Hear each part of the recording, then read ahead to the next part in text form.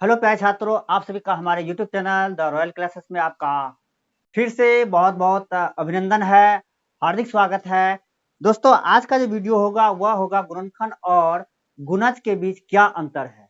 और हम लोग जो है बहुत ही आसान भाषा में इसको समझने का उदाहरण के साथ जो है समझने का बहुत प्रयास करेंगे।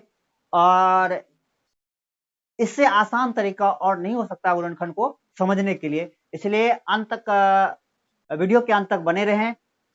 तो चलते हैं दोस्तों कि गुणनखंड सबसे पहले होता क्या है। इसको इंग्लिश में हम लोग फैक्टर कहते हैं। फैक्टर फैक्टर पर बहुत सारे थ्योरम बेसिस है, ठीक है। लेकिन हम लोग मेन बात करेंगे गुणनखंड किसको कहते हैं, गुणनखंड क्या होता है, ठीक है। किसी भी संख्या, संख्या का मतलब होता है नंबर, किसी भी संख्या को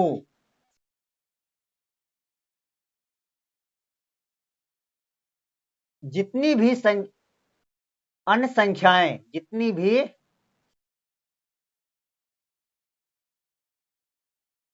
संख्याएं,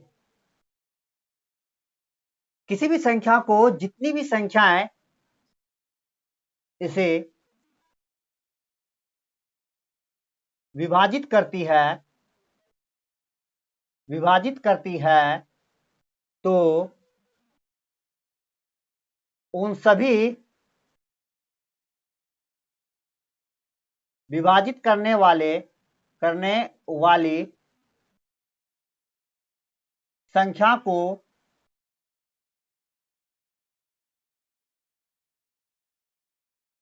गुणनखंड कहते हैं। क्या कहते हैं इसको? गुणनखंड कहते हैं। गुणनखंड को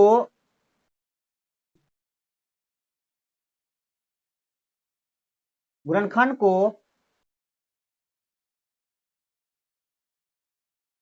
अपवर्तक भी कहते हैं। आपने देखा होगा एलसीएम एचसीएफ, है ना। महत्तम समापवर्तक, महत्तम समापवर्त और लघुत्तम समापवर्तक। वहां पे समापवर्तक में लिखा है सम जोड़ अपवर्तक। अपवर्तक का मतलब होता है गुणनखंड, इसलिए एलसीएम को लोवेस्ट कॉमन मल्टीपल कहते हैं, लघुत्तम समापवर्तक।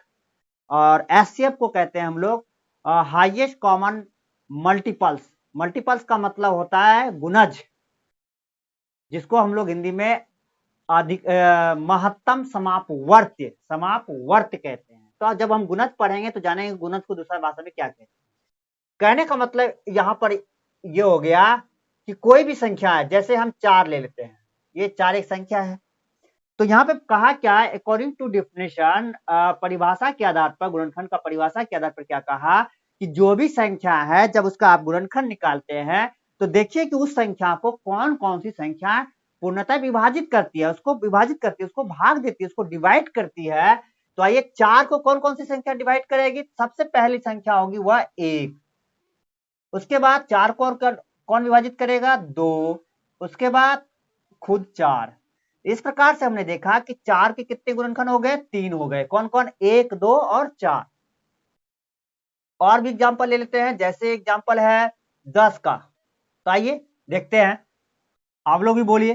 तो 10 का जो गुणनखंड होगा, पहला होगा 1, फिर 2 से डिवाइड हो जाएगा पूर्णतः, फिर 5 से हो जाएगा, फिर 10 से हो जाएगा, ठीक है।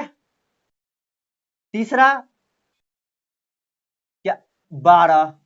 12 का निकालिए तो जैसे 1 से डिवाइड हो जाएगा, 2 से डिवाइड होगा, 3 से डिवाइड होगा, 4 से होगा, 6 से होगा, 12 से होगा। इस प्रकार से दोस्तों हम लोग देखते हैं कि 12 का कितने गुणनखंड हो गए, 6 गुणनखंड हो गए, है ना।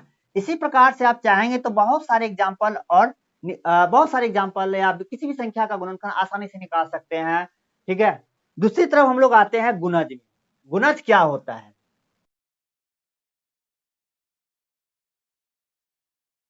गुणज क्या होता है, जब कोई संख्या, जब कोई भी संख्या, जब कोई संख्या संख्या जितनी भी जितनी भी संख्याओं को विभाजित करेगी, यहां क्या होता है, विभाजित होता है, किसी संख्या से विभाजित होता है गुणनखंड में। लेकिन गुणज में क्या कहता है कि जो संख्या का गुणज निकालना है वह संख्या दुनिया के किन किन संख्याओं को क्या करता है, विभाजित करता है। दुनिया की किन किन संख्याओं को वह विभाजित करता है, तो वह संख्या क्या होगा, उसका गुणज होगा। तो वही कहा मैंने कि जब कोई संख्या जितनी भी संख्याओं को विभाजित करेगी, विभाजित करेगी, वह सभी विभाजित होने वाली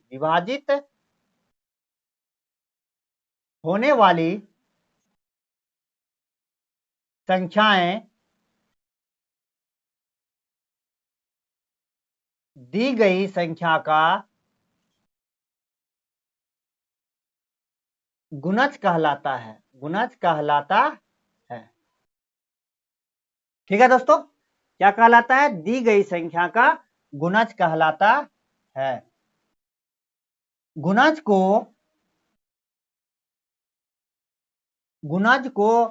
अपवर्त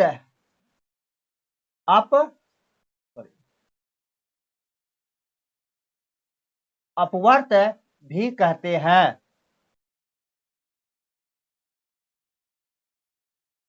अपवर्त भी कहते हैं। ठीक है, जैसे एग्जाम्पल की हम बात कर लेते हैं। यहां देखते हैं दोस्तों कि जिस प्रकार हमने यहाँ क्या किया, 4 का जो गुणनखंड निकाला है कि 4 को जो जो संख्याएं विभाजित किया है, तो 4 को 1 2 और 4 विभाजित किया तो उसका गुणनखंड हो गया। 10 को 1 2 5 10 किया। इसी प्रकार से और भी संख्याओं का हम लोग क्या कर सकते हैं, गुणनखंड निकाल सकते हैं। तो यहाँ हम देख रहे हैं दोस्तों कि 4 का जो गुणज होगा वो क्या होगा कि 4 को जो जो संख्या विभाजित करेगी, तो 4 को सबसे पहले 4 को विभाजित करेगी। 4 जो है सबसे पहले किसको विभाजित करेगी, 4 को, उसके बाद 8 को, उसके बाद 12 को, उसके बाद 16 को, उसके बाद 20। इस प्रकार से अगर हम चले तो इस प्रकार से हम अनंत तक चल सकते हैं। दूसरा एग्जाम्पल है जैसे 10, तो 10 का गुणज हो जाएगा कि 10 जो है सबसे पहले किसको विभाजित करेगा, खुद को विभाजित करेगा, मतलब 10। फिर 10 के बाद 20 को विभाजित करेगी, 30 को, 40 को। इस प्रकार से अगर देखें 10 जिनको जिनको विभाजित करेगी वह सभी संख्या क्या हो जाएगा, 10 का गुणज हो जाएगा। अगर हम क्या करें 12 का निकालें तो 12 का पहला गुणज हो जाएगा 12, फिर 24 हो जाएगा, फिर 36 हो जाएगा, फिर 48 हो जाएगा, फिर 60 हो जाएगा, फिर 84 हो जाएगा। इस प्रकार से है ना, हम जो है अनंत तक चल सकते हैं। तो गुणनखंड एक साइड गुणनखंड है, एक तरफ गुणज है। दोनों में देखिए जैसा क्या है कि संख्या का जो है जो भी संख्या है उसका सबसे बड़ा गुणनखंड जो है 4 होता है, और जो संख्या है उसका सबसे बड़ा गुणज क्या होता है, अनंत होता है, उसकी कोई सीमा नहीं है दोस्तों। ठीक है, अब देखते हैं कि दोनों के बीच जो है अंतर, कहने का मतलब दोनों के बीच जो है अंतर क्या आता है, अंतर डिफरेंस क्या आता है दोनों के बीच, क्या दोनों के बीच डिफरेंट है। तो कुछ पॉइंट में हम लोग समझने का प्रयास करते हैं डिफरेंट। ठीक है, क्या है दोनों के बीच डिफरेंट, गुणनखंड और गुणज के बीच, गुणनखंड और गुणज के बीच। ठीक है, तो देखते हैं। तो सबसे पहला क्या देख रहे हैं कि किसी भी संख्या का जो गुणनखंड होता है, किसी भी संख्या का जो गुणनखंड होता है उसका सबसे छोटा गुणनखंड क्या होता है, 1 होता है। आप सब में देख रहे हैं कि पहला गुणनखंड उसका क्या होता है, 1 होता है। इसका मतलब यह हो गया किसी संख्या का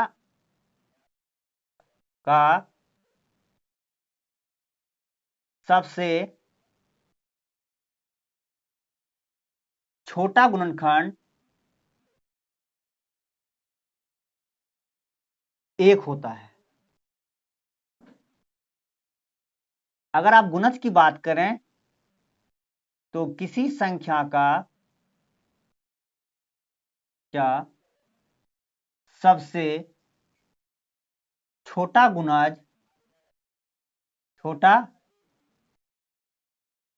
गुणज वह स्वयं होता है।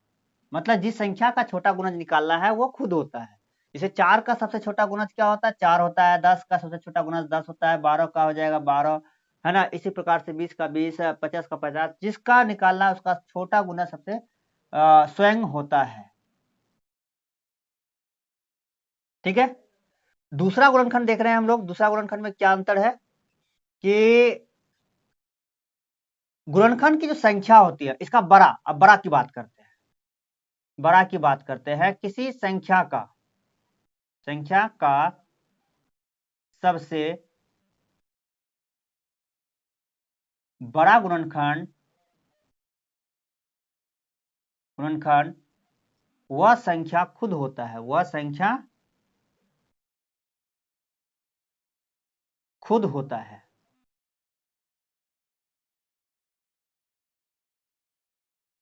ठीक है। अगर आप गुणज की बात करें तो किसी संख्या का जो गुणज होता है, किसी संख्या का सबसे बड़ा गुणज जो होगा, सबसे बड़ा गुणज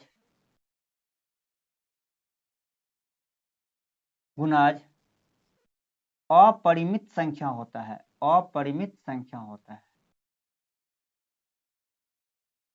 मतलब कोई फिक्स नंबर नहीं है कि सबसे बड़ा गुणज कौन होगा, क्योंकि यह कभी रुकता ही नहीं है, यह अनंत तक चला जाएगा। इसका मतलब किसी संख्या का सबसे बड़ा गुणज क्या हो जाएगा? अनंत हो जाएगा, जिसकी कोई सीमा नहीं है। इसलिए मैंने लिखा अपरिमित संख्या, मतलब जिसकी कोई सीमा ही नहीं हो।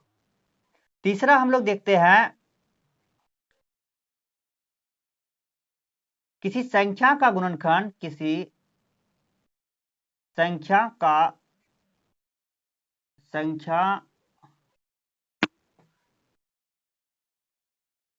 का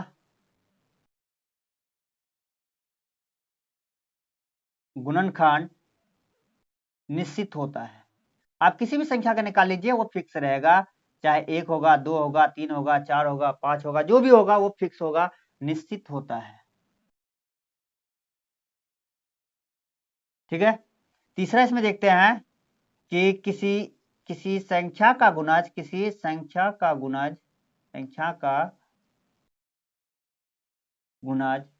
अनिश्चित होता है। इसकी कोई सीमा नहीं है। ठीक है। इसकी कोई सीमा ही नहीं है। जब अंतिम संख्या ही नहीं मिलता है तो हम उसकी गिन भी नहीं पाएंगे कभी। अनिश्चित होता है किसका? गुणज का। ठीक है। अब हम लोग आगे देखते हैं कि संख्या का जो गुणज होता है एक क्रम में होता है। क्या होता है? एक क्रम में होता है। जरा देखिए ध्यान से, 12 का 12, 12 दूनी 24, 12 तेईस 36, 12 चौक 48, वह मतलब कि एक निश्चित संख्या का गुना होता है। क्या होता है? एक निश्चित संख्या का गुना होता है। लेकिन किसी संख्या का जो गुणनखंड होता है वो किसी निश्चित संख्या का गुना नहीं होता है। सबसे पहले इसमें लिखते हैं, किसी संख्या का जो किसी संख्या का जो गुणज होता है, संख्या का गुणज किसी संख्या का जो गुणज किसी संख्या का गुणज एक निश्चित संख्या के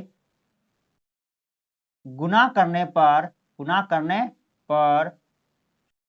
एक निश्चित संख्या के, यहाँ संख्या छूट गया था सर, आप लिख लीजिए, संख्या के गुना करने पर प्राप्त हो जाता है। जैसे कि अगर हम 12 का गुणज निकालेंगे, आप 12 में हम 5 से गुना करेंगे तो 12 पंचे 60, 60 भी क्या है? 12 का गुणज है। ठीक है।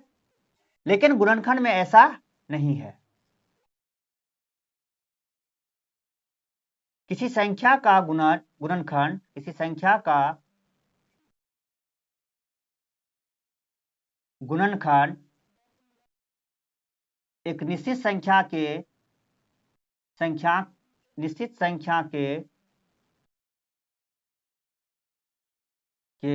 गुना करने पर गुणा करने पर नहीं प्राप्त होगी।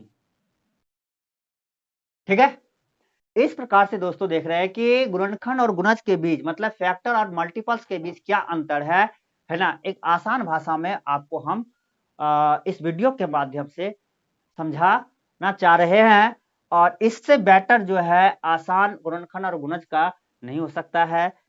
इसलिए हमारे इस वीडियो को अधिक से अधिक अपने दोस्तों के बीच क्या करें, शेयर करें, ताकि उन्हें भी इसके बारे में अच्छी से जानकारी मिल सके, है ना।